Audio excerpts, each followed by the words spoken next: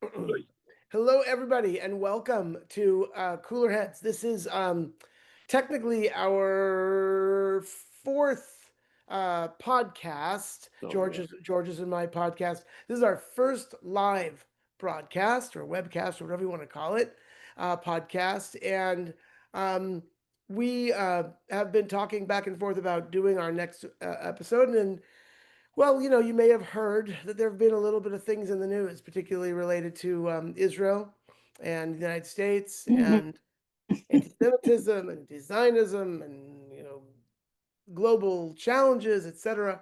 And so I I imagine that you all are watching probably more TV news than you really want to be, reading more stuff online or on your phone, receiving the news that the algorithm believes you want to read and hear. And one of George's and my goals with Cooler Heads is the notion of cooler heads will prevail, and our aim is to give people the opportunity to hear what we believe are reasoned and reasonable understandings of world events that are particularly related to the Jewish community, the Jewish world, Jewish people, and so we are, doing our first live podcast, and so thank you for joining us. We want to encourage you now, if you have questions, please write into the chat. That will be really helpful to us. But we'll also invite you to share your questions aloud as well. But if you don't have questions, come up with some questions because that'll help us drive this podcast so that we understand what it is you are looking to want to understand. So this is when I would hit like play or something that would play like the cooler heads sort of intro, but we haven't produced that yet. So just imagine it. Matt Heiner, I'm looking to you to maybe help us make it happen. Okay, but in the meantime, um, as I said, things have been very very crazy and complicated and scary and potentially hopeful and affirming. So you all are probably familiar with the fact that on June 12th, Israel attacked Iran in what I believe, and I think what many believe, was to be a defensive posture, recognizing that Israel was no longer going to wait for Iran to move any farther along with their nuclear ambitions. And so on June 12th, Israel began this attack to an unbelievable success. Israel very quickly owned the skies of Iran. They took out only, you know, Iranian generals, Iranian nuclear scientists, and key strategic infrastructure throughout the country of Iran. Iran, by the way, in case you were curious, Iran has 90 million people. Israel, Oof. 10. So Iran is 60 times larger than Israel. So for Israel to have done this is quite dramatic and quite incredible. And then, of course, as you know, just a few nights ago on Saturday night, the U.S. did indeed drop major ordinances, which I'm going to let George talk about a little bit, on 3 of their primary nuclear sites. So, George, you want to pick up from here just to sort of help us lay out the framework of what's been going on? Yeah, absolutely. So what we saw from the United States side was a really impressive mission conducted with assets that really nobody else in the world has. These B-2 stealth bombers and these bunker busting munitions. We conducted a head fake with our air assets to deceive the Iranians about our true intentions and whether we were or were not going to bomb. And so we force projected into Iran on the other side of the world onto their 3 most strategically important sites and dropped bombs on target. All bombs hit their target and followed up with a wave of cruise missiles from an attack submarine offshore. Those cruise missiles were targeted at the entrances of the enemy facilities while the bunker buster bombs were targeted kind of at the guts of the facilities, the centrifuges and what makes them operate. Very impressive operation from the United States side in many ways. And also I'd like to highlight that this was kind of a departure from previous US policy. When Israel bombed the Osirak reactor in Iraq in 1981, the Reagan administration considered pulling all aid from Israel in response to that. When Israel wanted to bomb the nuclear facility in Syria in 2007, the Bush administration asked them, wait, don't do that. We want to give diplomacy a try. And it was Ehud Olmert who said, no, like this is existential for us, not for you. We're going. This time, though, the US actually went in on a war together with Israel, which this has really never happened before. Yes, we have committed our assets to defend Israel, like in Desert Storm when we sent special ops teams in the desert to do scud hunting. This happened when we went in with the Israelis on the Stuxnet thing to sabotage the centrifuges. But this is the first time that we've had Israel and the U.S. enabling each other with conventional military power. And I would say the two efforts were pretty complementary. The Israelis really did clear the skies for us and suppressed the Iranian air defenses.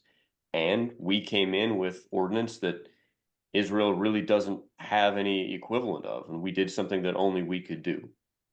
So I have to say, like this is some really impressive cooperation between Israel and the United States, and something that I'm very thankful for. Right. And I want to just echo what George is saying. As I want to say just a little bit about enough about you. Let's talk about me. I want to talk about me for just a moment. Um, I'm an LA liberal. That is I would say that's my genetic code.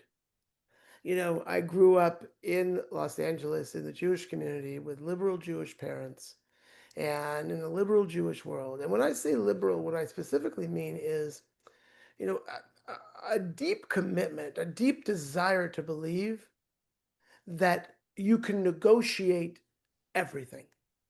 That at some point you can always negotiate. You can always use, words rather than, fists, right? You can absolutely bring and that is indeed what I understand and I know most people believe, right? But the distinction comes in understanding that at some point there is a question of who's being allowed to live, who's being allowed to express their freedom, who's being allowed to live freely, and who's really standing up for truth.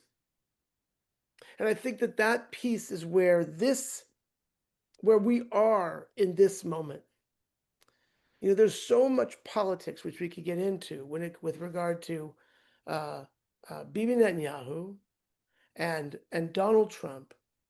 Regardless of their actions, the world has rarely seen two more imperfect, rough around the edges, truly challenging individuals in these kinds of positions.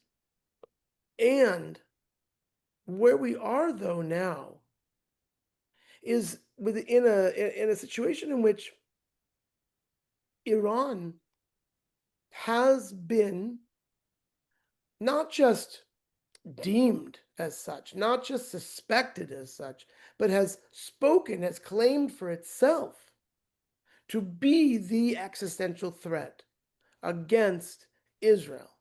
See, that's a point that we really do need to drive home, is that there is a straight line between October 7th, 2023, and what happened over the weekend. One of the big lessons from October 7th, I believe, should be when someone tells you who they are, believe them. This war began in 1979 with the revolution. That is the revolution in Iran that swept the Islamists into power there. It has been flaring hot since October the 7th, and it appears that over the weekend, the Iranians were dealt a decisive blow that will thwart their intention to commit nuclear genocide against the Israelis. So, George, we have our first question. Stephanie is asking, it's a great question, Stephanie.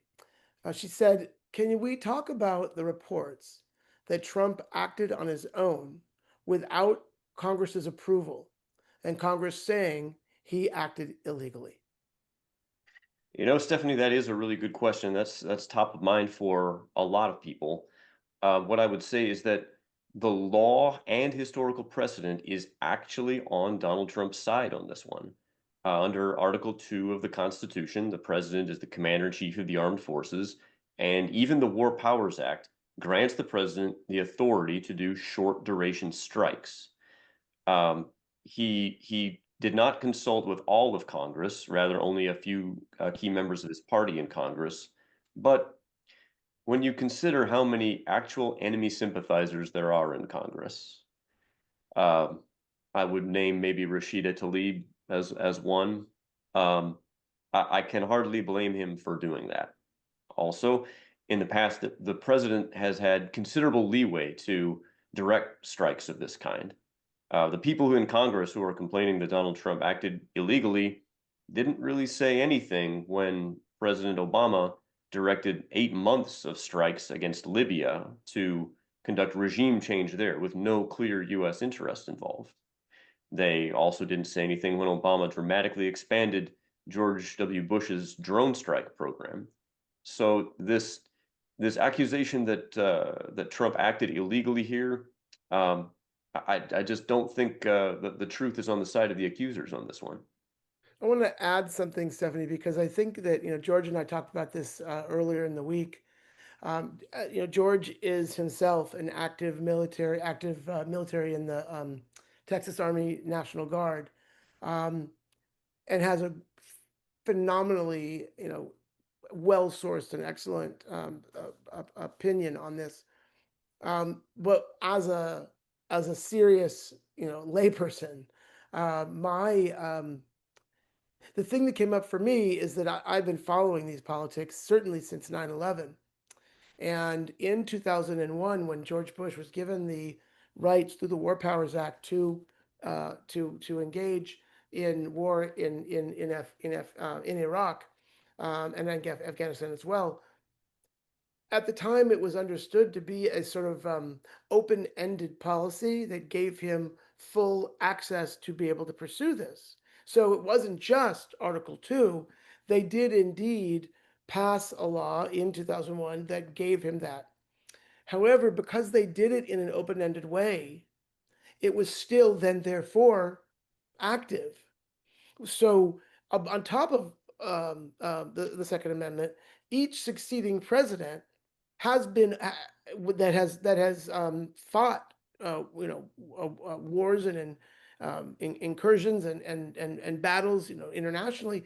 They've been doing it with the full congressional license.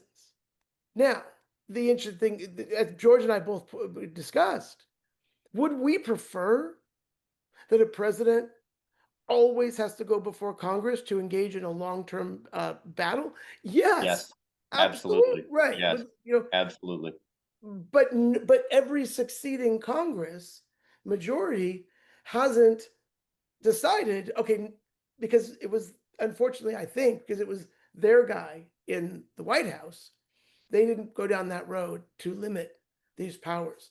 Um, I think it'll be a great day when whoever's the majority in Congress um, sets that up as a priority and says, we're ending the War Powers Act so that we can go back to what was originally intended, by the understanding in the Constitution. And um, okay, Carol Pock.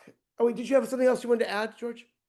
Just that I completely agree. I believe that Congress really ought to retake its war-making authority, and that we as a country ought to go back to traditional declarations of war, Yeah, rather than this sort of gray zone conflict, like are we or aren't we? yeah. So yeah, completely agree. Carol Pock asked, What effect will it have on the USA getting pulled in? Carol, I'm going to ask you, could you just add a little bit of color to that? Sort of help us understand exactly what you're asking. Well, it came as a big surprise to most of us. And That the US acted, that the US yes, dropped the, oh, okay. and so there's overlays of politics, and there's questions about, will the military get involved to take a stand from the USA? I mean, I don't think we'll just sit quietly and see what happens. It's a much bigger picture, and so I'd like your opinion, especially on what is the bigger picture. So that's, I think it's George, I'll ask you to weigh in first. What is the bigger picture? I think from your, especially from your military background and your historical background, how would you describe that bigger picture? Well, the real big picture is strategic competition between the U.S. and China. Um, Hmm. that is the background against which all of these other conflicts need to be judged. Uh, China they are our biggest strategic competitor, um, and they have impressive capabilities and really impressive industrial capacity. So there is a lot of concern with the U.S. getting roped into side ventures that don't necessarily directly address that one. This particular attack on Iran, I'd actually highlight as being supportive of that big picture. Here's why. There is undeniably an axis between Russia, China, Iran, and North Korea. These dictatorships are all in bed with each other and all supporting each other. Now, we can fight them all simultaneously at some future time and place where they think the advantage is on their side, or we can start picking that axis apart. Israel handed us a golden opportunity to take Iran off of the chessboard, to prevent them from being able to create trouble in the Middle East while perhaps China or Russia stages some kind of crisis elsewhere. Iran not capable of doing that anymore. This was a golden window of opportunity, and I believe that we were right to take it. I think it's so important to recognize this notion. I remember being a young, as they call it, a young baby rabbi in 2002 and 3 and in the years following 9/11, and sitting with at the time the Birmingham, Alabama executive director of the Jewish not Houston, of the Birmingham Jewish Federation.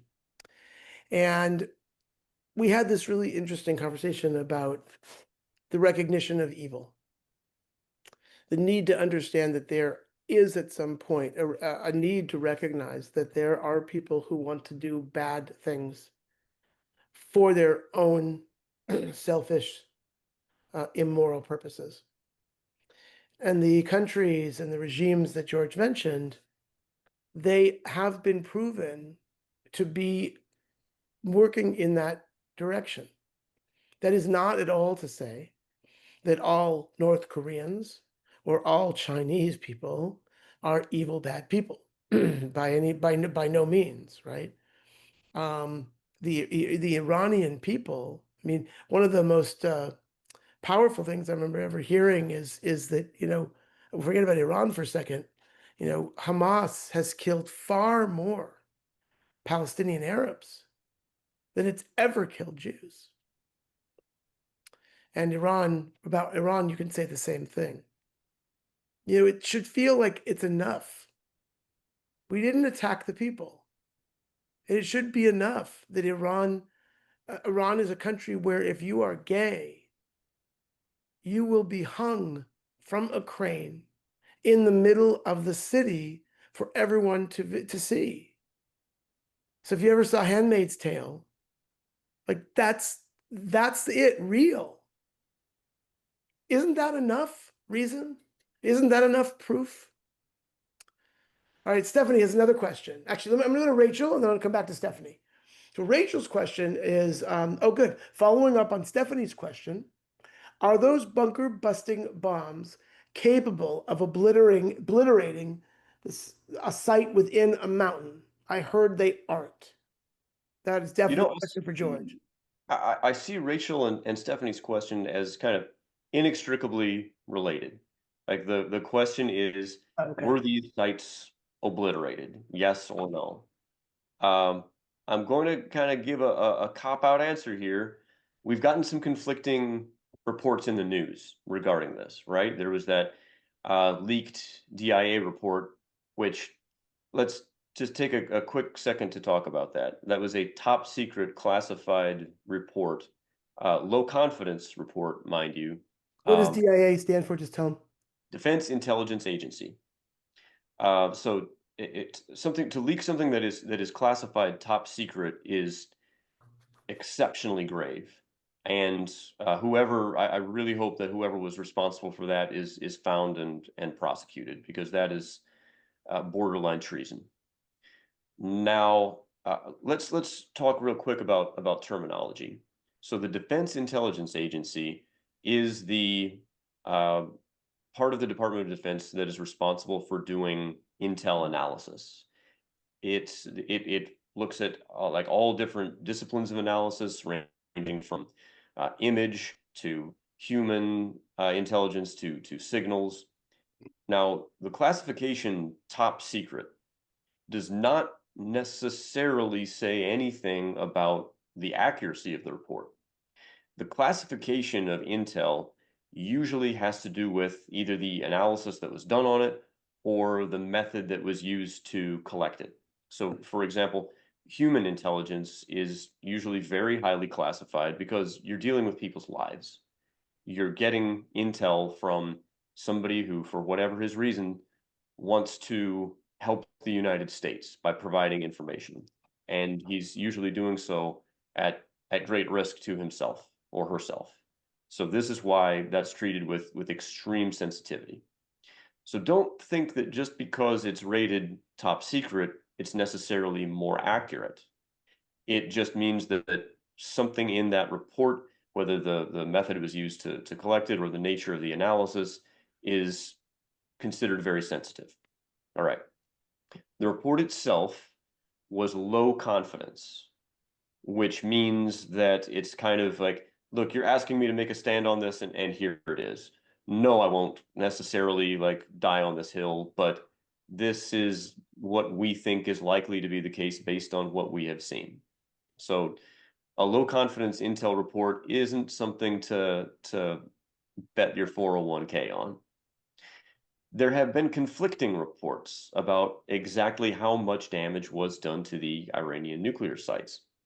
I would highlight as a counterpoint to the DIA report the Institute for Science and International Security, which has been studying the Iranian nuclear sites for about 2 decades. Their conclusion was that the Iranian nuclear program was effectively destroyed, that the subcomponents of it at the three sites, Natanz, Isfahan, and Fordo, were so heavily damaged that restarting the program would take years to decades and just isn't practical for Iran to do. Now, what's the truth? Well, as of today, we don't know for certain, and it may be quite some time before we actually do find out what the case is. But I would say, hey, the Iranian nuclear weapons program, and there was such a program, has just been slapped back. So we've bought ourselves time, we've bought ourselves life, and that is unequivocally a good thing. I want to add to that two things. Let's just say that all it did was push them back months. That means months without any intervention, meaning that's months with it there being like they've been given months with no interruption, right? But what we know is that the US and Israel are watching every aspect of the Iranian military efforts and other efforts. So I think it's important to recognize that even if it was 3 months, it doesn't mean that it's 3 months necessarily, because Israel and the US would absolutely attack again if there was an inkling that there was work being done towards that direction. The other thing is, I've never been in person with a centrifuge, but I've looked at them online and I've read about them. And for what I understand, they are tremendously fragile instruments that require a tremendous amount of, really treating them with kid gloves, because they have to be absolutely accurate in their setup, and they are thrown off by simple vibrations. So I'm just imagining, I don't know how many centrifuges there were, but centrifuges that are underneath a mountain, and the mountain gets hit by the largest bomb that we've ever seen. I'm not convinced that these centrifuges, it's not like you can run out to Best Buy and get a bunch more of these centrifuges. So I think they've made some pretty major progress against that effort. I think that's likely. Yeah. I think that's very likely. Joan, this is a really great question, and one this is one that keeps me up at night, truly.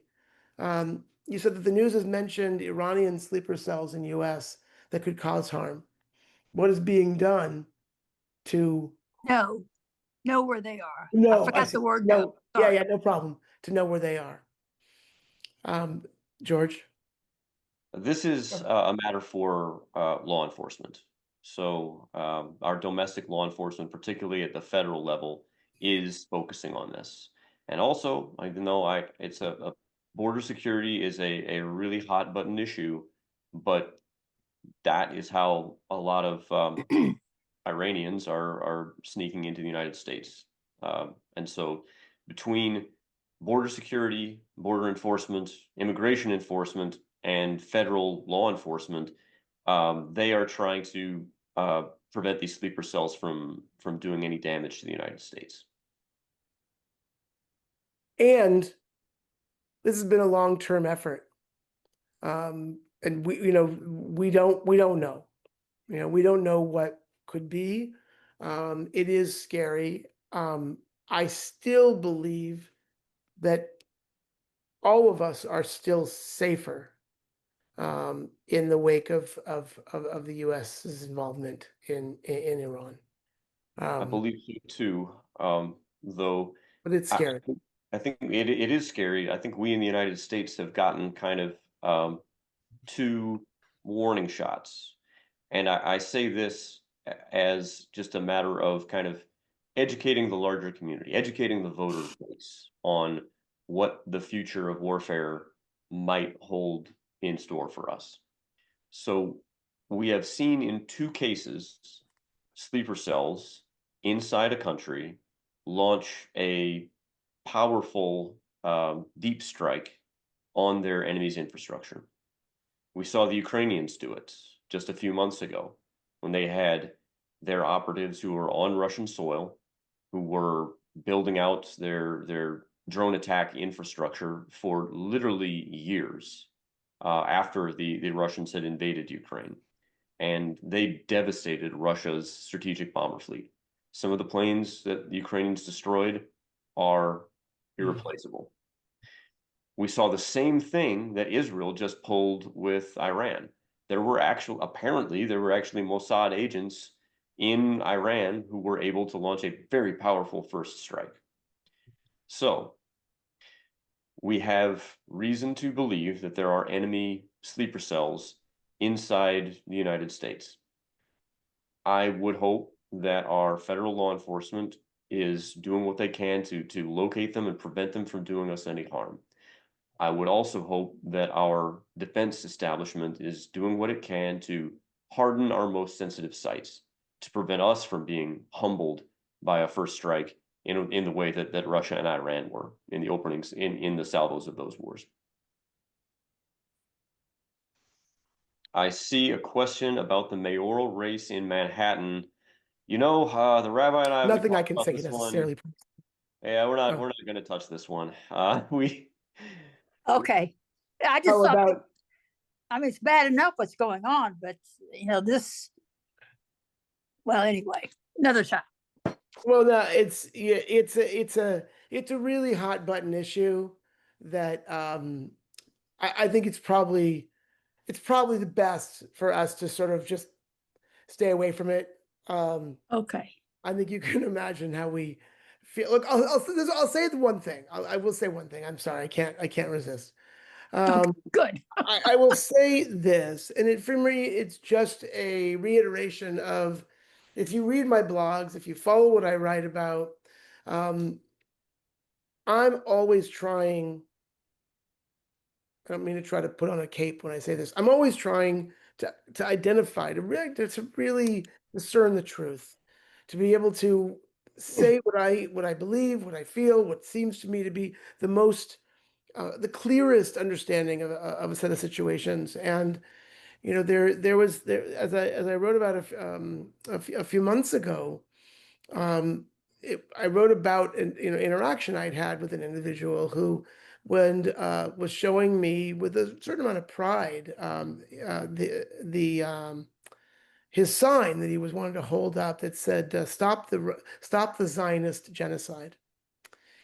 And I don't care, frankly, if Zoran Mamdani is an anti-Semite. I don't. It doesn't. I don't care. There's plenty of people that harbor anti-Semitic sentiments. Like, it's kind of baked into Western society sometimes in strange ways that I don't frankly understand. What I care about is the false premise that railing against the state of Israel in ways that no one is out in public railing against regimes which are actually truly evil, that railing against the Jewish state, that it cannot be distinguishable from its potential to cause harm against Jews. So to me, the distinction between anti-Zionism and anti-Semitism has been washed away. It doesn't exist. Right. Like, It's yeah, because it's if a you false want to distinction. hurt, Yeah. and if you want to hurt the Zionist cause, especially if you're an individual in the United States, well, yeah, I guess you could stand outside and throw, I don't know, you could TP the Israeli embassy, I guess, or you could try to do some damage, or whatever. But if you really, I mean, we saw it. We saw it in DC. We saw it in Boulder. And for those who are wanting to say those weren't acts of anti-Semitism, it's like, okay, fine. They were acts of anti-Zionism, which directly understands that the only way you make an impact is by hurting Jews. So I think that that's a crucial piece that's really important. Let's go to Stephanie's questions and then we'll get to Matt's. Stephanie's asking, how do I reconcile my absolute disdain for the current White House resident with acknowledgement that he did something good or right? And I write this question with as much respect as I can handle. Stephanie, I think that, so I'm going to call on Jewish tradition for a second, okay? The badness of an individual doesn't necessarily undermine good efforts.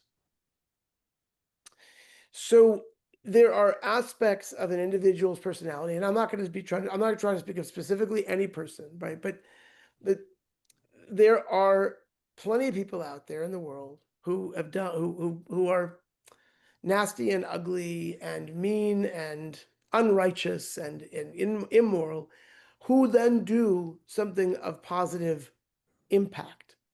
I mean, it's interesting if you look at the prophets, for example, Ezekiel and Jeremiah, Isaiah, they weren't great husbands. The text actually sort of alludes to them being not very much fun to have at home. Right?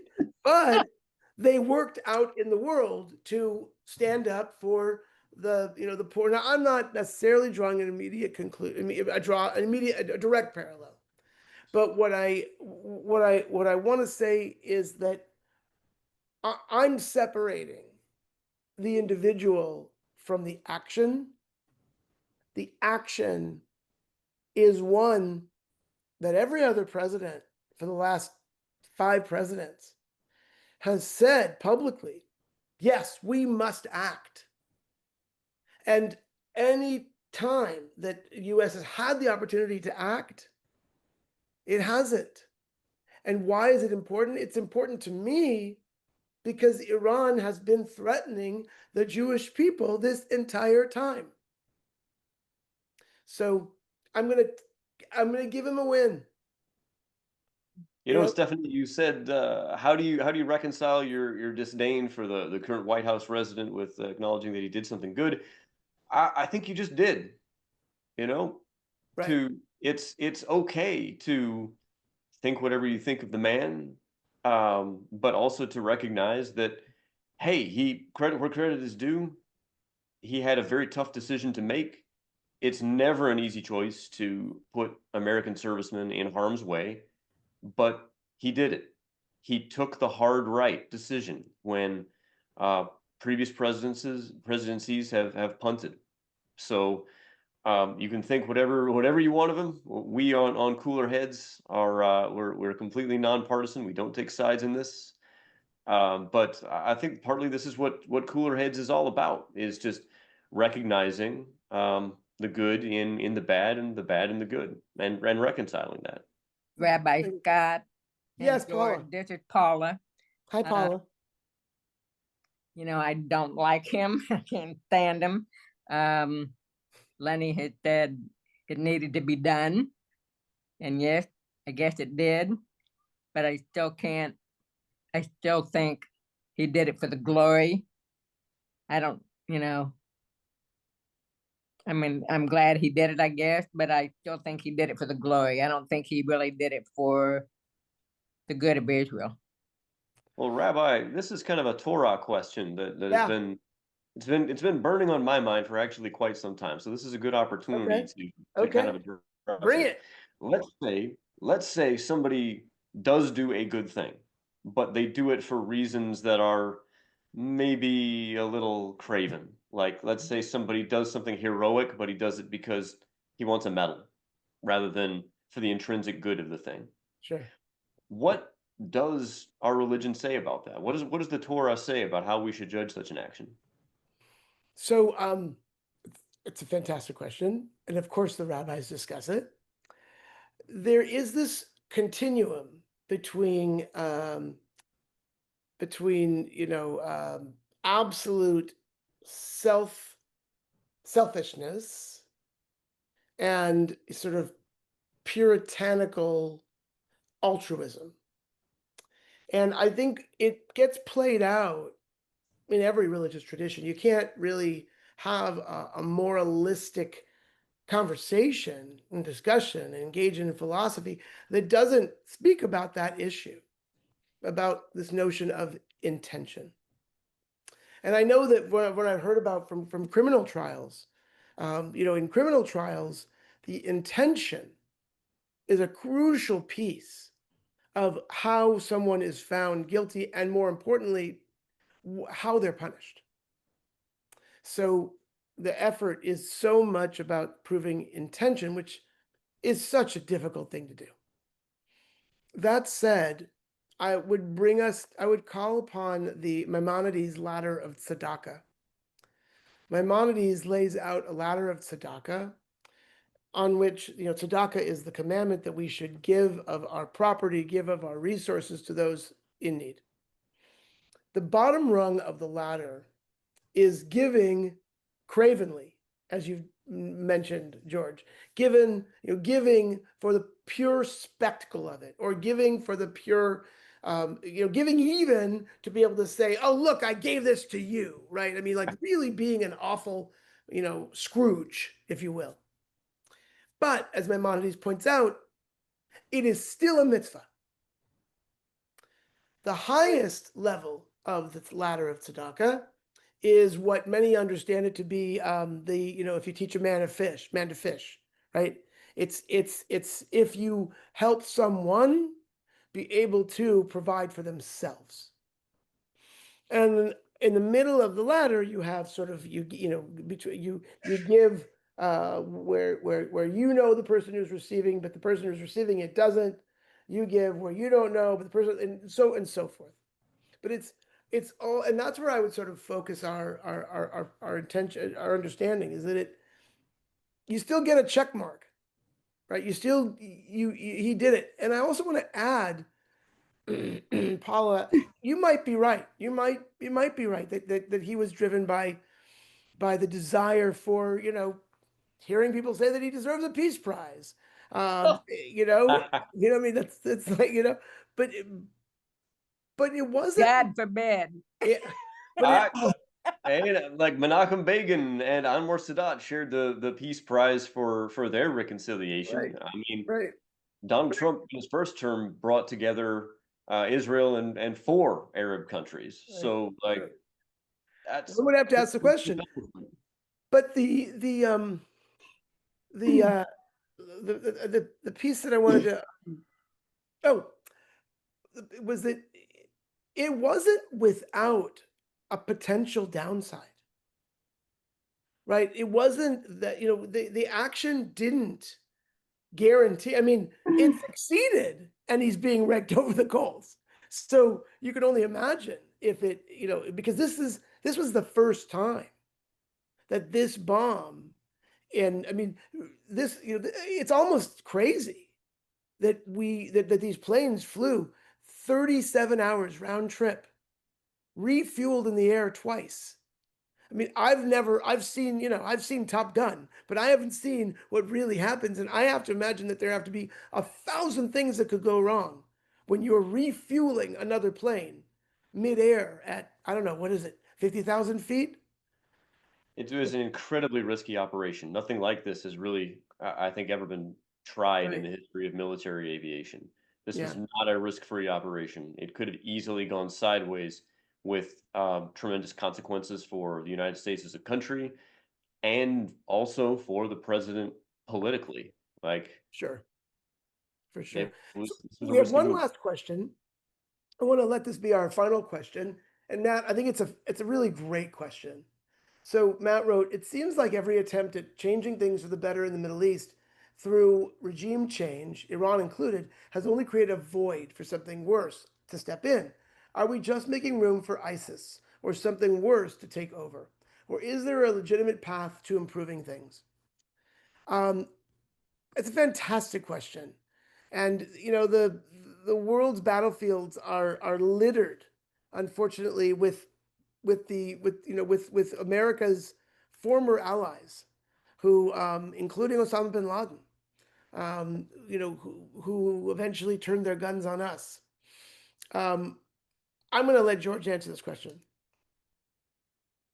Well, let me first start with the disclaimer of the opinions I'm about to express are my own, not representative of U.S. Army or U.S. government policy. This is just my perspective as a veteran of 2 regime change wars, Iraq and Afghanistan. I'm kind of burned out on regime change wars. I do not think that an externally imposed regime can be sustainable or have legitimacy in the eyes of its people. Not in the long run.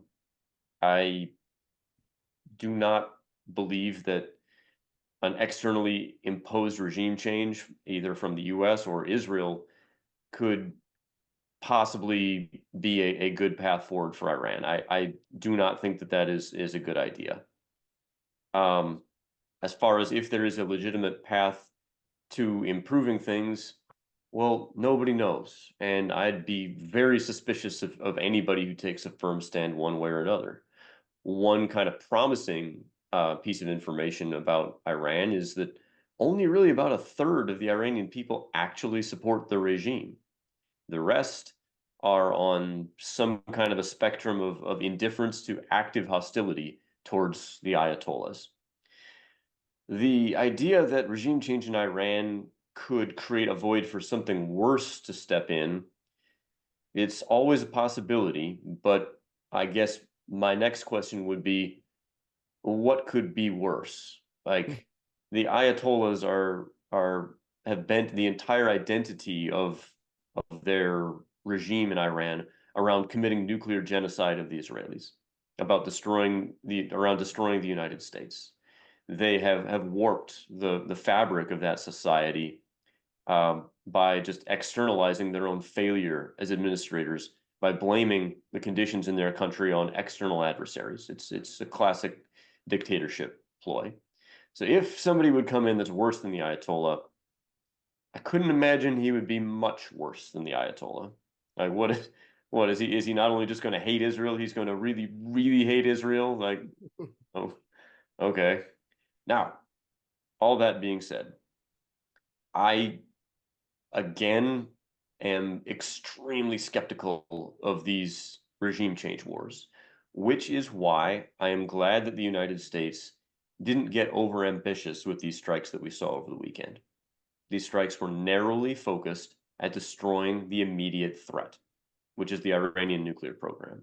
It was not geared to try to socially engineer some kind of regime change in Iran from the air.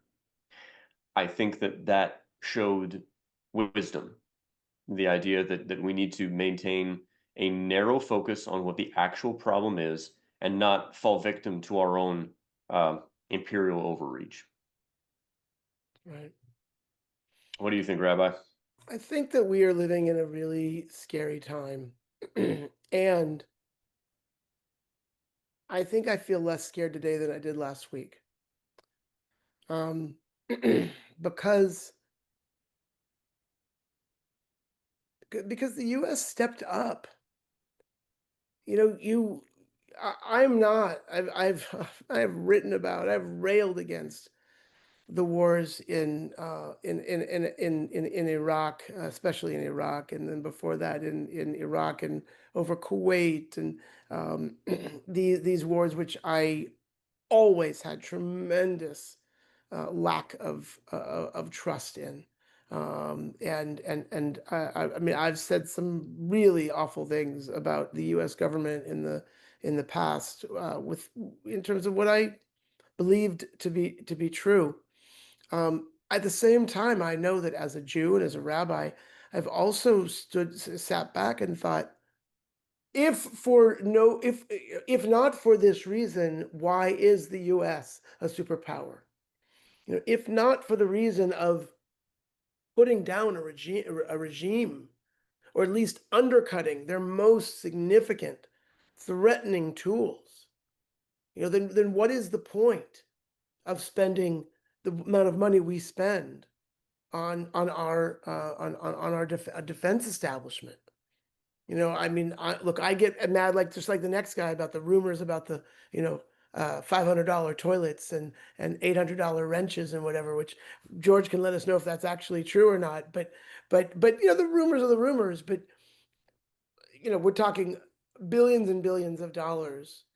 Something that a commentator said earlier today that I thought was so interesting is that the B-2 bombers and these giant ordinances that they carried and dropped, they didn't build them last week.